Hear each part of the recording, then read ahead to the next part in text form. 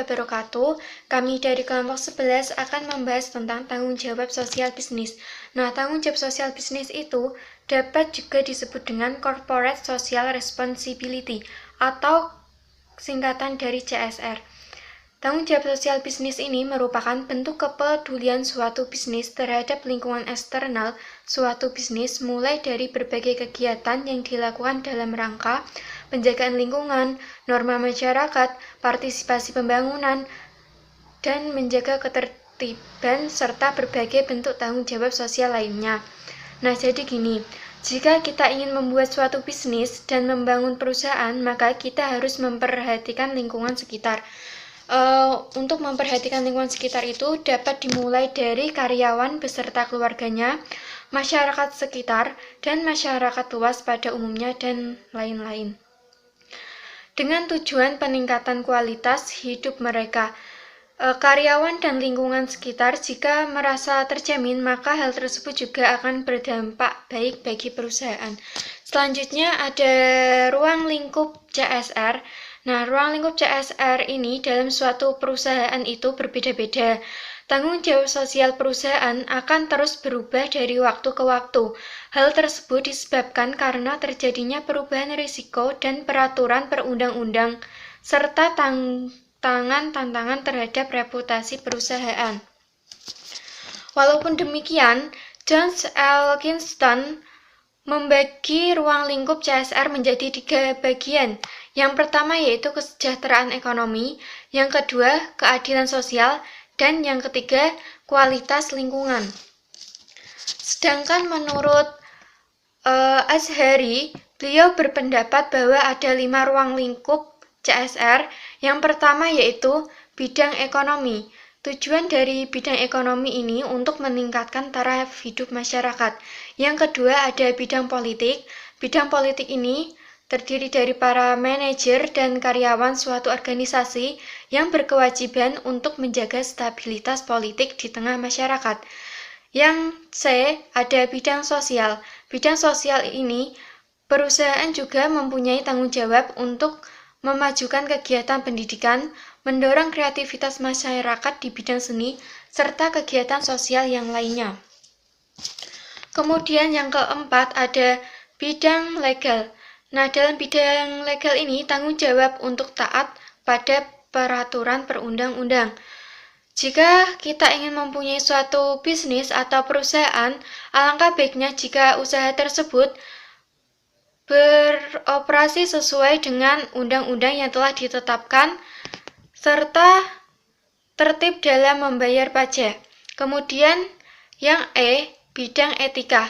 Dalam bidang etika ini, norma moral dan etika dianggap dengan baik apabila diterima oleh masyarakat.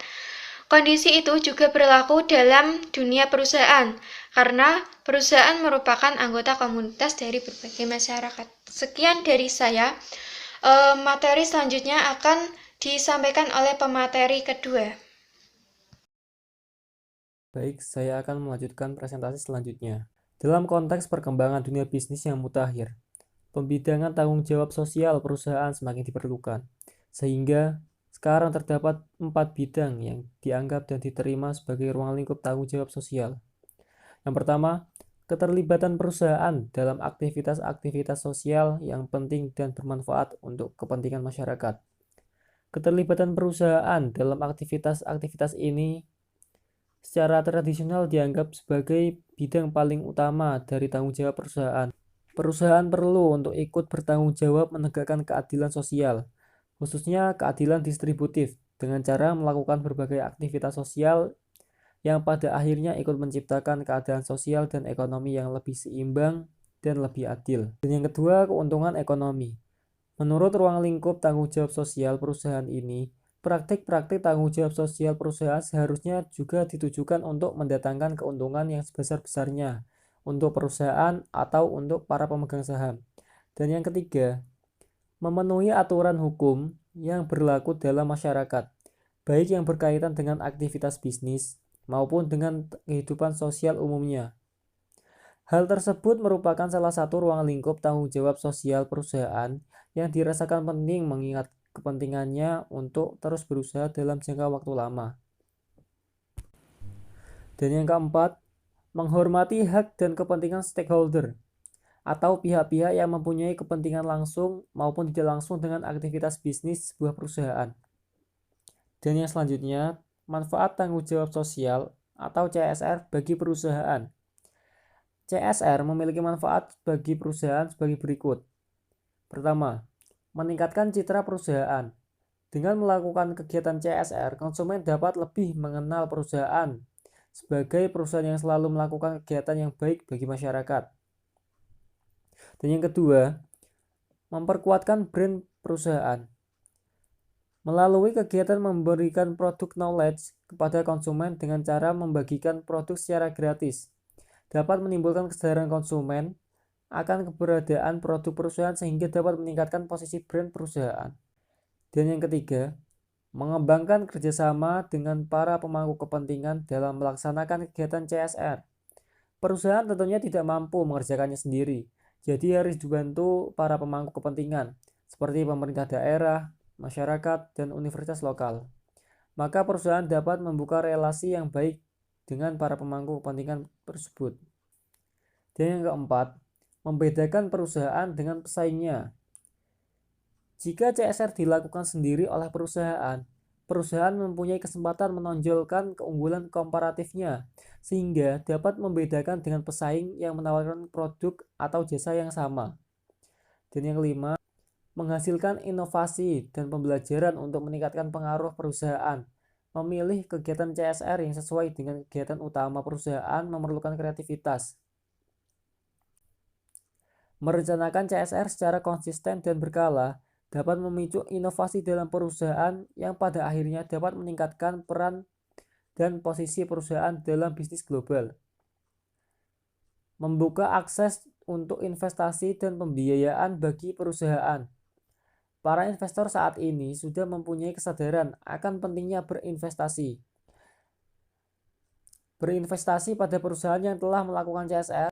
Demikian juga penyedia dana seperti perbankan lebih memprioritaskan pemberian bantuan dana pada perusahaan yang melakukan CSR. Meningkatkan harga saham. Pada akhirnya, jika perusahaan rutin melakukan CSR yang sesuai dengan bisnis utamanya dan melakukannya dengan konsisten dan rutin, masyarakat, bisnis, investor, kreditur, dan lain-lain, pemerintah akademis maupun konsumen akan makin mengenal perusahaan. Maka permintaan terhadap saham perusahaan akan naik dan otomatis harga saham perusahaan juga akan meningkat.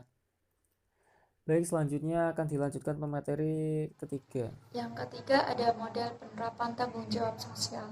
Tanggung jawab sosial atau corporate social responsibility merupakan suatu program kegiatan yang dilaksanakan oleh perusahaan sesuai dengan amanat Undang-Undang Nomor 40 Tahun 2007 dan Peraturan Pemerintah Nomor 47 Tahun 2012 tentang tanggung jawab sosial dan lingkungan perseroan terbatas.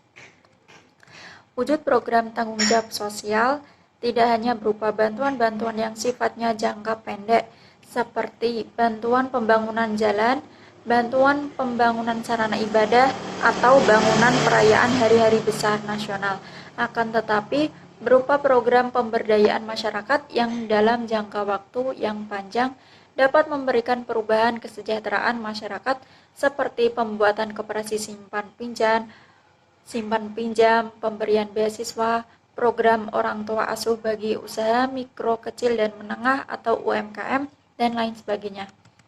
Pelaksanaan program tanggung jawab sosial perusahaan akan memberikan dampak positif tidak hanya bagi operasional perusahaan, akan tetapi juga bagi kelangsungan eksistensi perusahaan, untuk jangka panjang.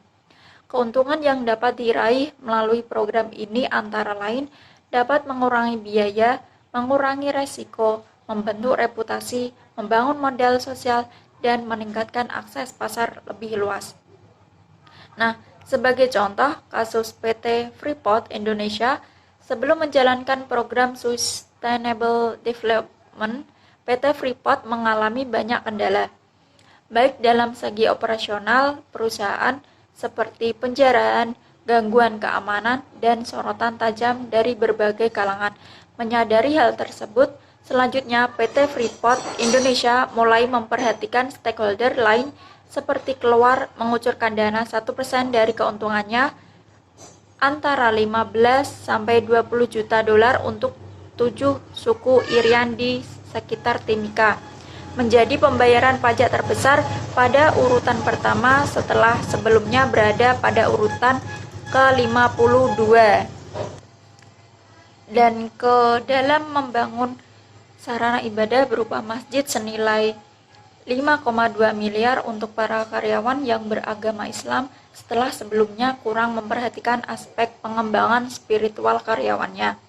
Semua yang dilakukan perusahaan lambat laun membuahkan hasil yang dapat mengurangi banyak kendala-kendala perusahaan yang tersebut di atas.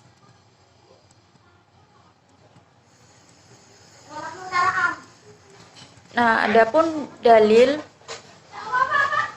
yang bersangkutan tentang tanggung jawab sosial terdapat pada surat Al-Baqarah ayat 205 yang berbunyi Bismillahirrahmanirrahim wa idza tawalla sa'a fil ardi liyufsida fiha wa yuhlikal harsa wan nasl wallahu la yuhibbul fasad, yang artinya, dan apabila berpaling dari kamu, ia berjalan di bumi untuk mengadakan kerusakan padanya dan merusak tanaman-tanaman dan binatang ternak, dan Allah Subhanahu wa taala tidak menyukai kebinasaan.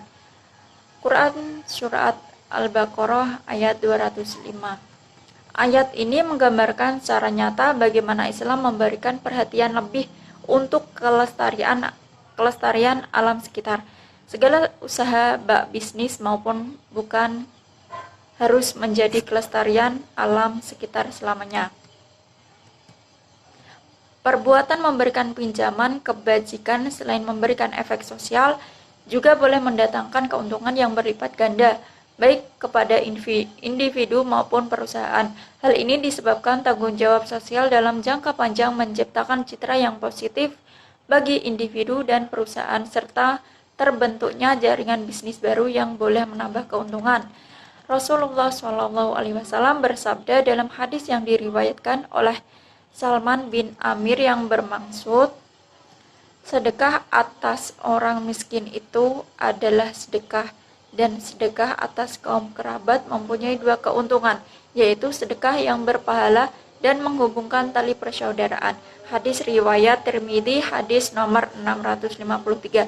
Berdasarkan pernyataan tersebut, menunjukkan bahwa konsep tanggung jawab sosial dan konsep keadilan telah lama ada dalam Islam, seiring dengan kehadiran Islam yang dibawa oleh Rasulullah SAW.